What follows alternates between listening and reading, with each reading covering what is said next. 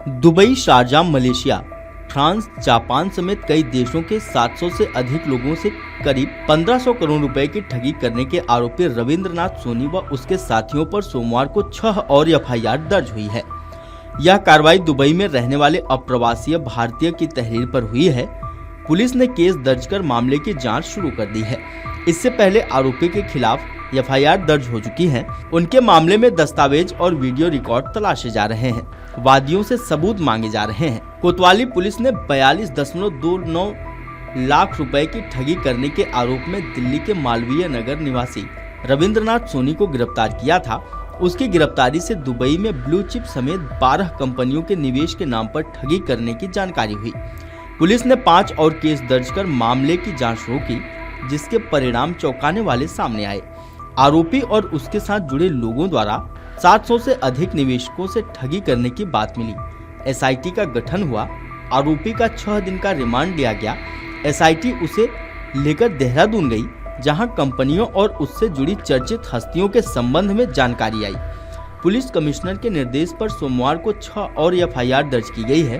कोतवाली प्रभारी जगदीश प्रसाद पांडे ने बताया कि दुबई के 6 एनआरआई ने पुलिस कमिश्नर से मुलाकात की थी। उनके निर्देश पर कार्रवाई हुई। पुलिस कमिश्नर रघुवीर लाल ने पहले बताया था कि रविंद्रनाथ सोनी का पीड़ितों से उसका आमना सामना कराया गया, तो उसने कुछ जानकारियां दी हैं। उसका कहना है कि ब्लू चिप कंपनी में बिहार का विभास त्रिवेदी, गुजरात का मोहन व हितेश और चेन्नई का सूरज पार्टनर थे। सूरज कुछ दिन पहले ही पुलिस अधिकारियों से मिलकर गया था। उसने किसी तरह की जानकारी नहीं दी थी। अब पूछताछ में सोनी ने उसके बारे में बहुत कुछ बताया। एसआईटी सभी की डिटेल खंगाल रही है। एसआईटी अधिकारियों के अनुसार रविंद्रनाथ सोनी ने दिल्ली से बीकॉम और आईआईपीएम से एमबीए किया है। पिता रक्षा मंत्रालय में सेक्शन ऑफिसर थे, जबकि छोटा भाई राम मनोहर लोहिया अस्पताल में डॉक्टर है। बहन मालवीय नगर में रहती हैं। रविंद्रनाथ सोनी को पहली नौकरी एक निजी बैंक में रिलेशनशिप मैनेजर के रूप में मिली थी। फिर हैदराबाद की कंपनी में सेल्स मार्केटिंग का कार्य किया। पुलिस कमिश्नर ने बताया था कि रविंद्रनाथ सोनी देहरादून में फूड प्रोसेसिंग का कार्य करने जा रहा था। उसने यहाँ पर भी कई लोगों को जुटा लिया था। देहरादून, दिल्ली और एनसीआर के कई लोग उसके संपर्क में थे। उससे जानकारी जुटाई जा रही है। आरोपी और उसके लेन देन वाले 33 खातों का पता चला है। इन खातों को कौन कौन संचालित कर रहा था, इसकी जानकारी जुटाई जा रही है। पूछताछ में उसने बताया कि उसके पास केवल 300 निवेशक थे, जिन्होंने 80 से 90 करोड़ रुपए लगाए थे। यह रकम इक्विटी और शेयर मार्केट में लगाई गई थी। पुलिस अधिकारियों ने महाठग से अमेरिका में रहने वाले गुरमीत के बारे में पूछताछ की।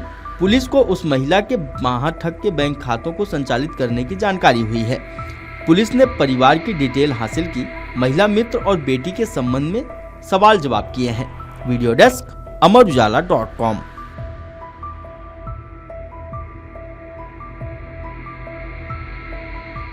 ये सोनी जो हमारे जुडिशियल कस्टडी में है, इनके खिलाफ यहाँ कोतवाली में एफआईआर हुई थी और उस चेक डिसऑनर के केस में इनको पकड़ा गया था। और उसके बाद जैसे इनकी पकड़ने की सूचना सभी जगहों फैली, तो इसमें इंडियंस काफ़ी संख्या में जो चेन्नई और जिसमें केरला में रहने वाले हैं और दुबई के कुछ इंडियंस हैं जो दुबई में हैं, उनके द्वारा हमारे यहाँ मेल के थ्रू और व्हाट्सएप मैसेज के थ्रू बताया गया कि इनके साथ इसने बहुत भारी ठगी की है। ये 2010 और 11 से दुबई में है। वहाँ पर इसने एक ब्लू चिप कंपनी शुरू में खोली थी। करीब 12 कंपनी इसके द्वारा खोली गई हैं डिफरेंट नेम से, और उसमें ये इन्वेस्ट कराता था लोगों को। किसी को डबल करने के कभी 20%, 30%, 40% का प्रॉमिस करता था। इनका वहाँ पर एक फुल फ्लेज्ड ऑफिस था। इनके यहाँ एजेंट्स थे। इसका फुल ऑफिस होने के लोगों को ये मोटिवेट करते थे इन्वेस्ट कराने के लिए। और इसमें डिफरेंट नेशनलिटी के लोग हैं जिनके साथ इसने धोखाधड़ी करी है।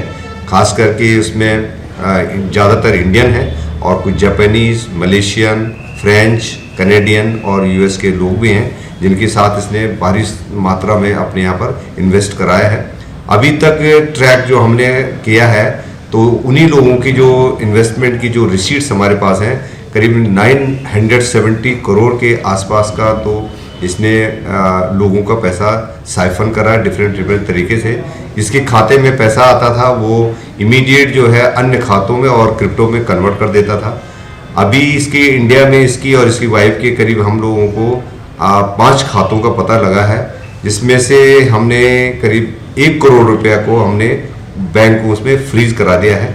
आगे की जो इसका ट्रैक हमारे डिटेक्ट करने की कोशिश करी हमारी टीम, जो क्रिप्टो का है, क्रिप्टो वॉलेट का इन्वेस्टिगेशन चल रहा है। अन्य एजेंसी से भी हम लोग एक्सपर्ट हेल्प ले रहे हैं और हमारे पास आज भी एक गुजराती फैमिली और जो दुबई में है अपना व्यापार करते हैं वो भी आए थे, और कल हमारे पास एक चेन्नई के आए थे जो एक सिंधी परिवार है और उन्होंने वहाँ पर दुबई में उनके साथ काम करा था।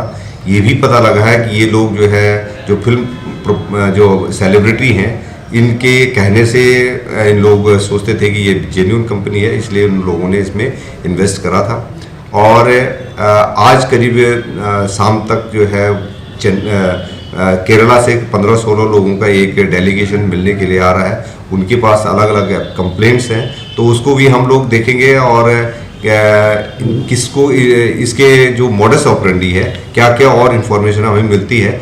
वहाँ पे दुबई में, शारजाह में, अबू धाबी में कई लोगों का इसने पैसा वापस दिया भी है और कई लोगों को अभी वहाँ पर पैसा नहीं मिला है।